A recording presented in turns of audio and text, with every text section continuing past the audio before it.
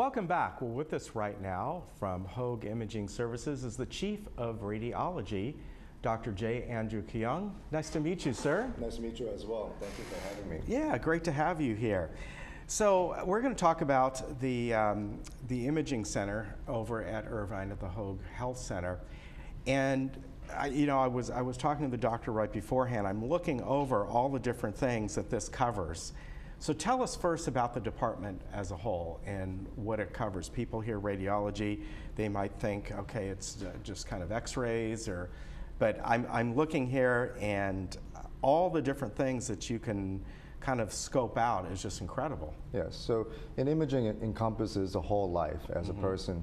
We have imaging capability to look at patients that are young age, middle age, and also of senior citizens. So we have state-of-the-art equipment using CT scan, MRI, and ultrasound to look at inside your body to evaluate whether there's a cancer, whether you have heart disease, whether you have Alzheimer's disease, and various aspects of your health. Yeah, and I think that's what I find really fascinating, that you can really look for all these different types of things. Obviously, cancer and something like that, people hear that, obviously it's a very scary situation for people. But with the imaging, you can go in and really pinpoint where it is, and then from there, how it should be treated, am I right? Kind of gives the person that's treating it, the doctors that are going to be in there treating it, you give them a pathway, right? Absolutely. Yeah. So as a radiologist, we are what we call the doctor's doctors. So we are there to be there for the physicians who see patients, and we provide the imaging of the human body so that we could help facilitate taking care of the patients. So at Hoag, at Sand Canyon Imaging Center, we have the state-of-the-art imaging capability. We have the latest equipment of MRI, CT, and PET-CT scan to look inside the body. For instance, the MRI we have is the latest 3 Tesla MRI, which is twice the strength of the regular MRI, so that we could actually clearly, with high-resolution imaging, look inside the body. Our CT scan, we have low-dose, high-resolution imaging, where we could see cancer as small as 1 millimeter. Wow. And also PET-CT scan, where we could do imaging of your body to look for cancers. And obviously, cancer is a very scary word.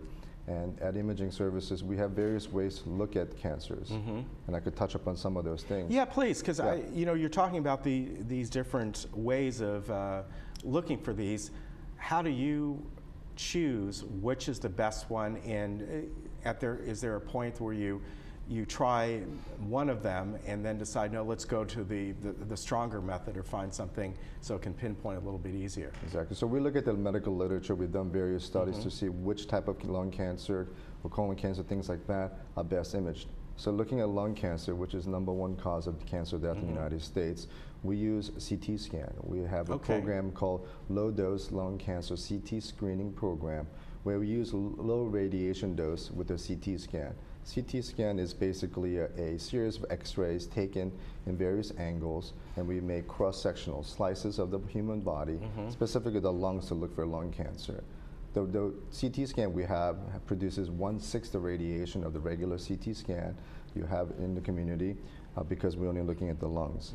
And the studies have shown that if you go through lung cancer screening every year, you could decrease your risk of cancer death by lung cancer by 20%, and decrease the risk of cancer death besides the lung cancer by 7%.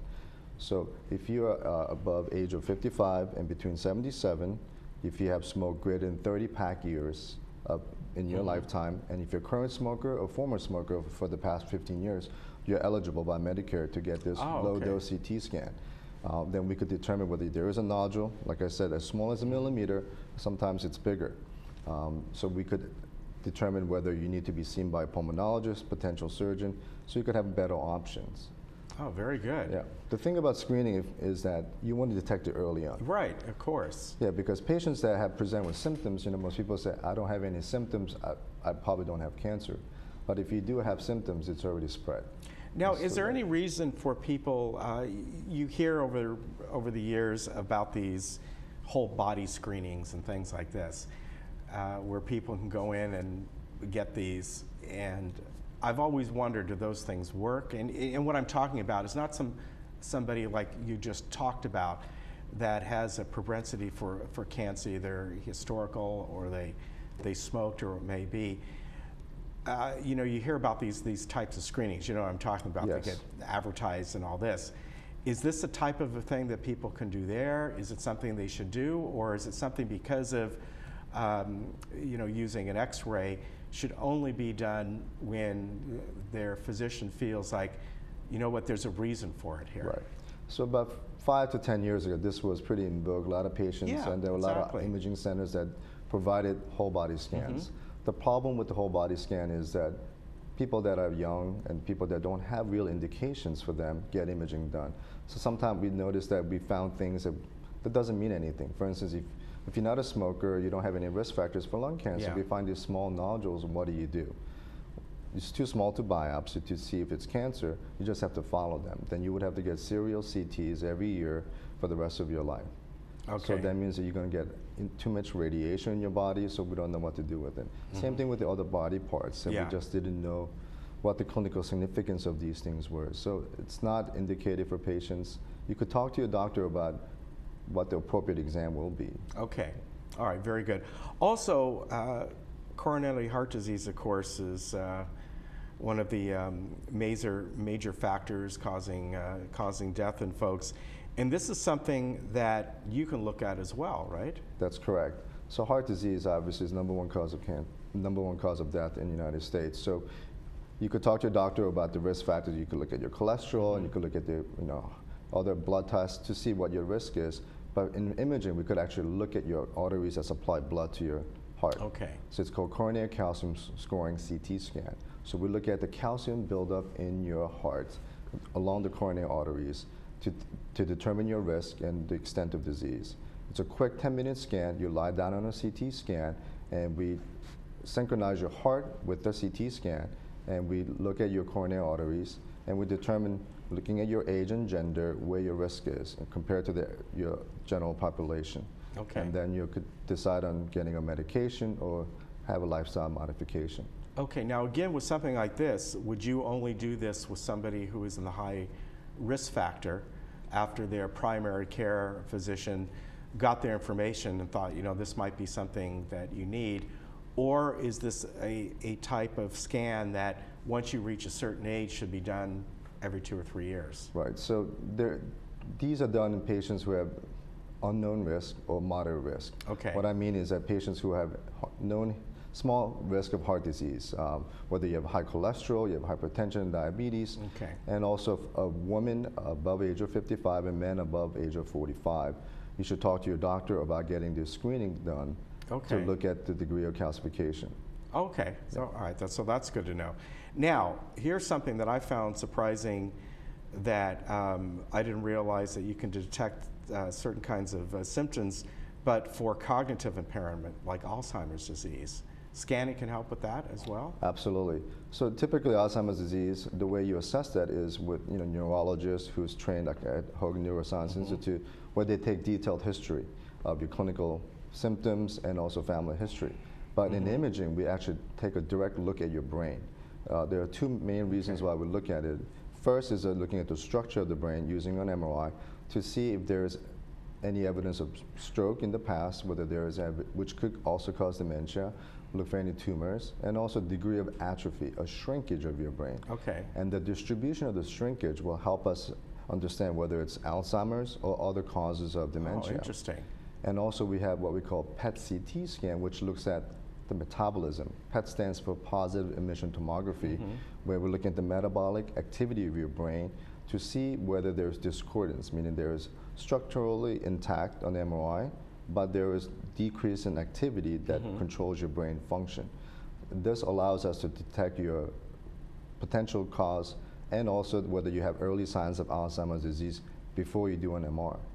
Because as you know, Alzheimer's disease is irreversible. We cannot, there's no cure. The only way we could help patients who could develop Alzheimer's is early detection. And imaging will help with that. Okay, again, with something like that, is it at a certain age somebody should request that, or if they have a family history of Alzheimer's? Absolutely, family history. Okay. Yeah, so family history is absolutely a risk factor as well. We don't know the exact cause yet, but this is something you should talk to your doctor, especially when you're of advanced age. The onset of Alzheimer's could happen anytime after age of 60, and your risk increases after age of 65, which could double every 5 years. Wow. So when you're 65 to 70, your risk doubles. And then from 70 to 75, it doubles again.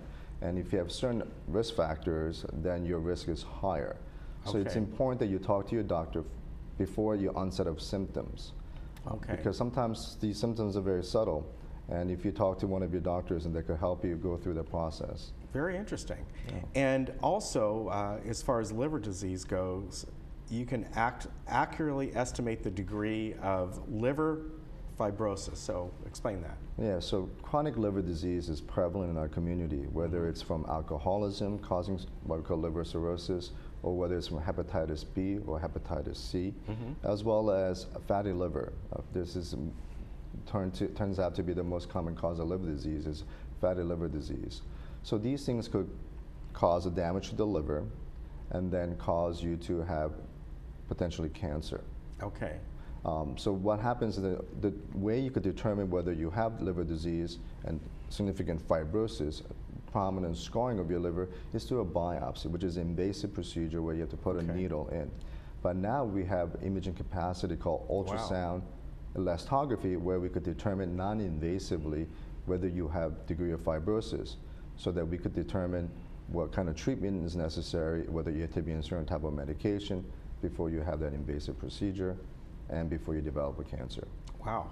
So it sounds like the way imaging has gone in just the past 10 years, it's incredible how much it's advanced and what it can detect. Absolutely. I think imaging is one field that's tripling or quadrupling in terms of its technology every 5 to 10 years. Yeah. Let me ask you along with that, because you mentioned earlier about the CT scan that is like, I think you said 1/6 the dose of... For the lung cancer screening CT, yes.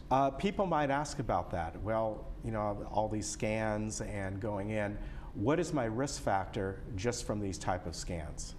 And what should they do? It sounds like the technology has gotten better and better, so they get a less of a dose of the radiation, right? Correct. So the radiation obviously is of a concern, and we, as a radiologist, make sure that you get least amount of radiation. Okay. And when we purchase these new scanners, we make sure that it has a capacity to decrease the radiation.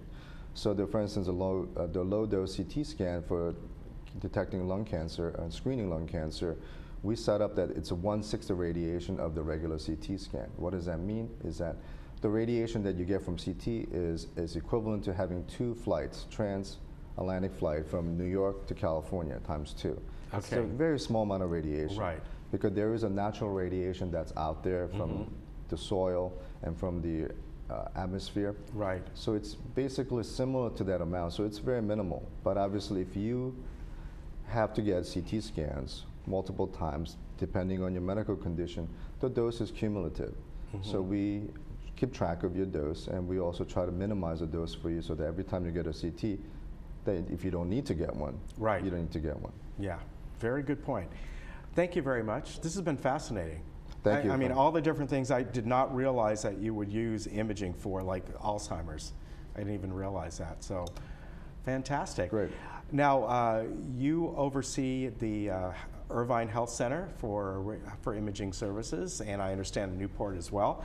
But I'm going to give you the website, and it's right on the screen there, hoag.org/imaging-services, and you can call for an appointment, 949-764-5573. And of course, as the doctor said, check with your primary care physician first, and they'll determine the appropriate path, right? That's correct. All right, good to meet you. Thank you very much. Fascinating. Thank you. We'll be right back.